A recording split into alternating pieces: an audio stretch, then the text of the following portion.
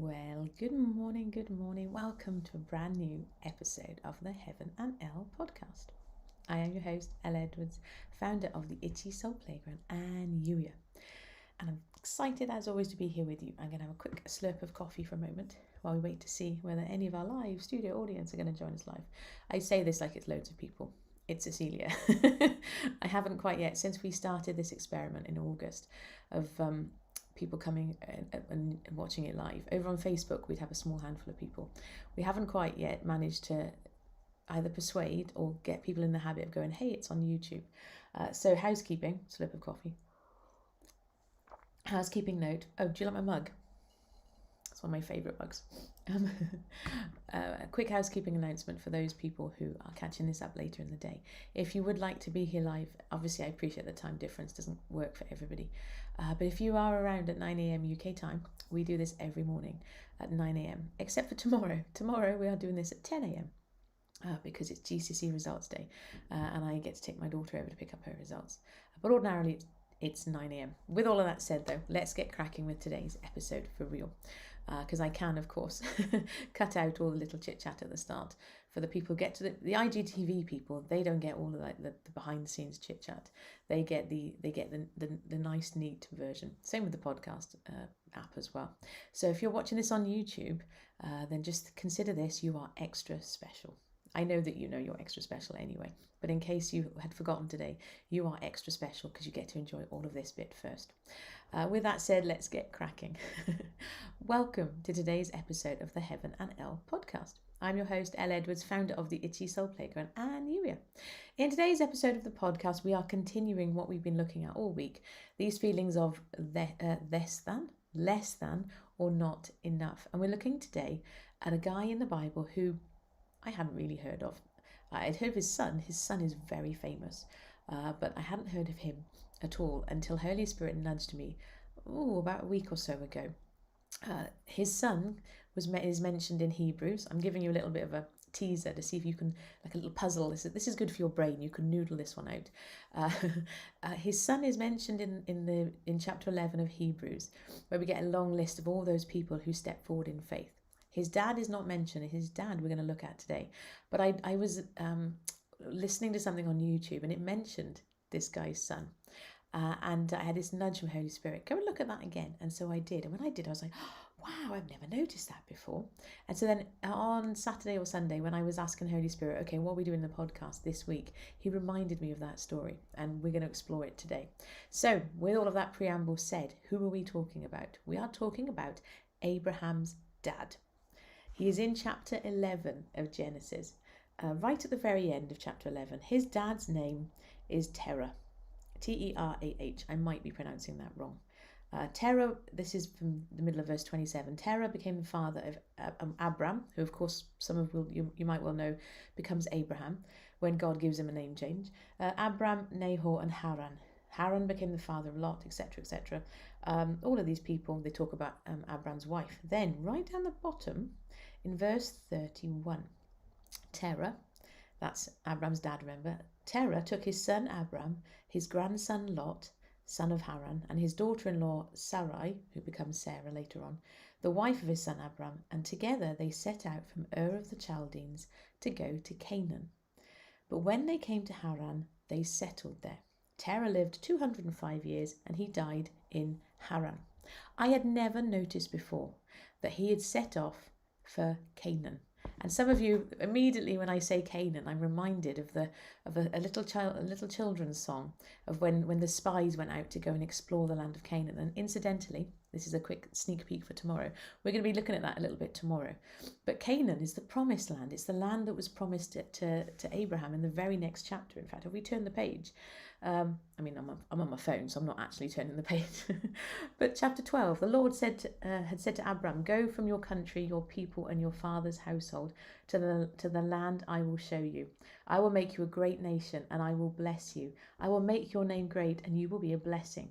I will bless those who bless you, and whoever curses you, I will curse, and all peoples on earth will be blessed through you. So Abram went, as the Lord had told him, and Lot went with him. He was 75 years old when he set out from Haran. What the Holy Spirit was highlighting to me, there was, hey, Elle, did you notice? Abram's dad set out for Canaan first. I was like, oh, that's interesting. And then he settled. He was on his journey.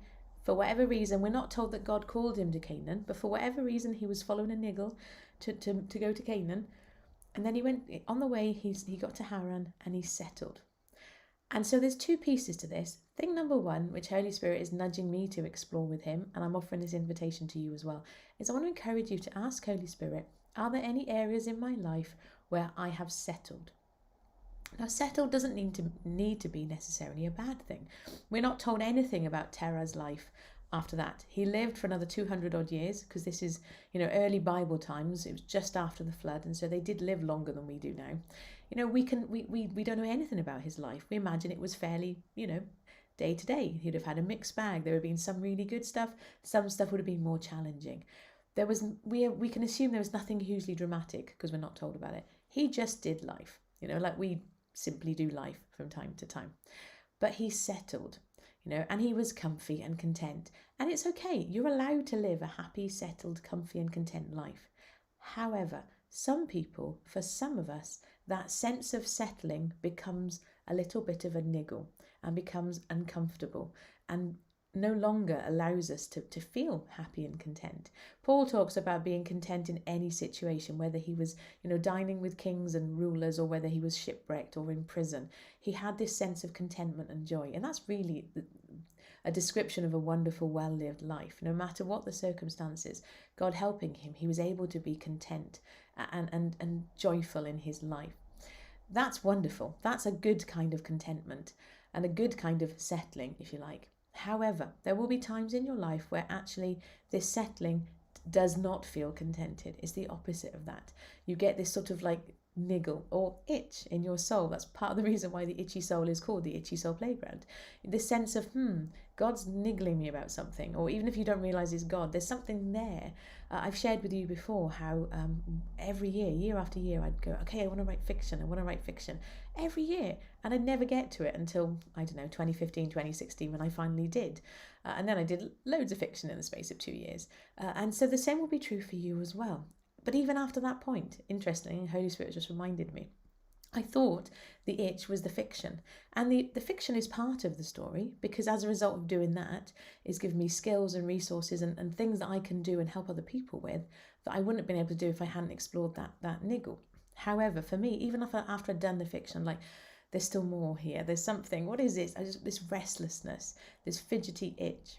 And so if there's an area of your life or there's something, and as you're listening to these words, something comes to mind, I would encourage you to explore that with Holy Spirit. Don't forget, that's the IER in UIA, intentional expectant relationship. Going to him, hey, what do you think about this? Having that personal day-to-day relationship, because he loves you so much and he wants to do life with you.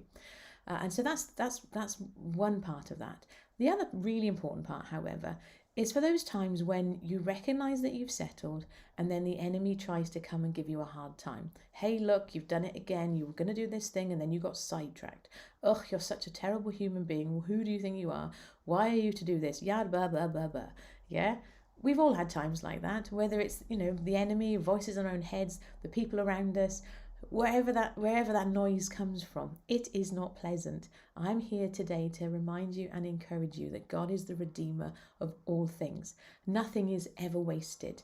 I've already given you, literally in this episode, the example of the fiction. It would be really easy if I was to go back and look at a timeline of everything I've done over the last 43 years to this point. Those 2 years I spent writing fiction, what a waste of time. Quite transparently, I don't sell many books. These little tiny books that nobody really knows about. What is the point? What a waste of time. But no, God is a redeemer of all things, and he can take all things and turn them into this delightful, glorious example of you, being you. Another example that comes to mind as I'm sharing this is me doing a teaching degree. So when I was 18, 19, I was all set originally. Okay, it's a bit of a convoluted story. I was always good at sciences, and so I was going to do medicine. And then my parents said, you can't really do... And then that's it. I played the clarinet and saxophone, and our school band was going off to Austria. And my parents were like, yeah, if you go and do that, you're not going to do very well in your A-levels. And then, you won't get into medicine. I was like, well, I won't do medicine then. I'll just go and do something else sciencey. I don't know, pharmacy. And so I had a place. I went off to the Austria, the school band. It was amazing. Loved it. So glad I went. was signed up to do pharmacy, and then I was like, why am I doing this? I don't really want to. And to cut a bit of a long story short, I completely changed direction, started doing music more, and was all set to go to Bath and do a music degree because I wanted to play clarinet in the West End. But then I fell in love. Oh, I couldn't possibly leave the town where my beloved was living. He is now my husband, I'm glad to say. I didn't know that at the time. And so I changed direction again and said, actually, I don't want to leave. I'll go and do a music teaching degree in my local town instead. However, you could look back on that and go, what was the point? You got a teaching degree, Elle, that you now don't use. Like I'm not a teacher anymore, not in the classroom at least. Yes, I share stuff and I teach stuff online, but I don't need a teaching degree for that. I can't remember the last time I stepped into a classroom, well, other than to go to my children's parents' evening. Again, you could look at that and go, oh, that's such a waste. What is the point? But no, there are things that I learned and experiences and people that you interact with, all of that stuff. I don't understand all of the ripples from those different pieces, but God knows, and all of it weaves together into this incredible, rich tapestry of life. And so if, as you're following along and thinking about this, you hear those niggles of, okay, I'm going to explore where I've settled, but then condemnation slips in. Condemnation is not from God. Yes, of course, God whispers to you and says, hey, I love you. There are things in your life that are stopping you from spending time with me. But that's not condemnation. That's God whispering you back into relationship with him. That's a completely different conversation. Everything that God is sharing with you is done through that lens of love. I think we explored this a couple of days ago, if I remember correctly. Or it was in the Holy Spirit love. No, I don't remember. I say and write lots of stuff, so it all gets a bit mushy together in my head in terms of context. But all of it is filtered through that lens of love. And one of the pieces that God's been whispering over and over again, even more acutely over the last 18 months, it's time for us to really get to know how he wants to be known by us. Because yes, as we've said before, he is powerful and mighty. He did whisper the stars into existence. He holds all things together, all of that stuff. We get that, and our church tradition is heavily influenced, as I've shared with you before. The ancient Greek philosophers, they saw their picture of God was far away, distant and aloof. And I had the reminder again just this morning that yes, all of that is true. He is mighty and powerful, but he also is whispering you into relationship. And that's the piece I really feel he's wanting to draw us closer into. And so any condemnation that comes up, that is not from your heavenly dad. And so when anything like that comes up, remember what we do. We take what the enemy meant for evil, we turn it to good. And how do we do that? We say, hey, God, what do you say about this? I keep hearing this. What's your truth in this? This thing is coming up. What do you say? You take what was meant for evil, to draw you away from God, to make you feel less than, and you turn it to good by talking to God about it, and it draws you even closer into relationship. And so that's what I would encourage you. The second side of this that I get from this story is that reminder that yes, there will be areas in life. I'm sure there are lots of things in my life that I could quite easily identify as missteps or what was the point? But God is amazing and he's the redeemer of all things and nothing is wasted. And I've seen this really acutely over probably the last year, the way that he keeps taking snippets of things from years ago. The You Are Your Book, the whole section in there, the Should Shove Challenge, I think I shared with you before. I wrote that years ago. It was an email series. And yes, it needed a little bit of tweaking and editing, but in essence, it was already there. He'd already created it. I didn't know that at the time, but it's amazing to me the way that he's taken this and used it and redeemed it. And the feedback I've had from people who've read it, they're like, wow, this is helping. This is making a difference because God is that good and is that brilliant. So please don't allow any of that condemnation and the oh, you should have done this and you should have done that. No. With that reminder as well, of course, we are going to be exploring what God's heart is for you in our one-day live event at the end of the month. August the 29th. It's for anybody who has felt less than or squashed or I will get to the thing that God's niggling to me to do when this thing happens. We tend to spend too much time waiting and pausing and having all of our ducks in a row before we can get out there and share what it is that God's put on our heart. And God is saying there's no more waiting. You are a child of the King. There is a plan and a purpose for your life. And so August the 29th, we're going to be exploring that and really hearing God's heart for you. So if you're not already with us, I would encourage you to come and join us. uear.com/YBD is where you can find out more. You can join the playground and get these events as part of your membership every single month. or there is a standalone option as well. Quite transparently, if you're not sure, I'd encourage you to join the playground because you get the support and the encouragement and all of that good stuff as well. But you do have options. uwe.com/YBT. With all of that said, thank you for being here as always. I am delighted to be able to share this with you, and we will be back tomorrow. Have yourself a wonderful, wonderful, wonderful Wednesday. I forgot what day of the week it was then. Have a wonderful, wonderful Wednesday. Unless, of course, you're enjoying this episode and it's not Wednesday, in which case just have yourself a delightful day. And I shall be back tomorrow. I found the button. There we go. Have a good day. Take care. Bye-bye.